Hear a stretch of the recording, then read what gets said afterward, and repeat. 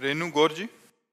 राधे। राधे राधे महाराज जी। महाराज जी, मैं आपसे पूछना चाहती हूँ कि कभी किसी की निंदा नहीं करनी चाहिए और ना ही सुननी चाहिए, लेकिन कोई हमें अपना समझकर वो दुख हमारे साथ शेयर करना चाहे तो ये सुनना उचित है महाराज? हाँ, उसमें कोई अपनी बात, जैसे हम अपनी बात आपसे बता रहे हैं, ये बात अलग हो गई, लेकिन हम उनकी बात आपसे बता रहे हैं, कोई बहुत गलत आदमी है, वैसा है वैसा है, ये निंदा होगी। पर निंदा के सुने ते आवत नहीं कछु हाथ, मूरख पर्वत पाप को ले चल अपने साथ। परदोष दर्शन, परदोष कथन, परदोष चिंतन, ये अंतःकरण को बहुत जल्दी मलिन कर देता है। इसलिए हम अपनी बात आपसे बता रहे हैं, आप मित्रवत सुन रहे हैं, वो बात अलग है, लेकिन हम दूसरे की बात आपसे कह रहे हैं, वो निंदा हो गई, वो चुगली हो गई, वो नहीं सुनना चाहिए। आराधना शर्मा जी। महाराज जी राधे राधे।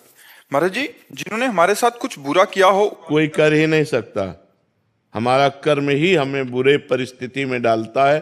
को न काहू के सुख दुख कर दाता, निज कृत कर्म भोग सुन भ्राता।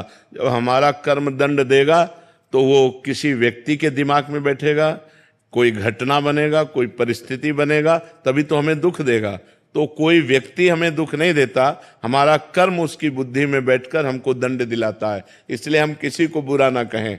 बुरा जो देखन मैं चला, बुरा न मिलिया कोय, जो दिल खोजूं आपनो तो हमसे बुरा न करो।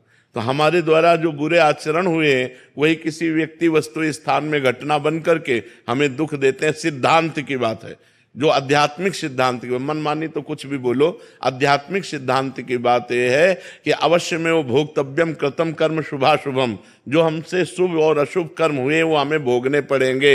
यदि हमारे को दुख नहीं भोगना लिखा है तो तुम लाख उपाय कर लो, हमें दुख नहीं पहुंचेगा, और हमें सुख नहीं लिखा है तो हम लाख उपाय कर ले, हमें सुख नहीं मिलेगा। क्योंकि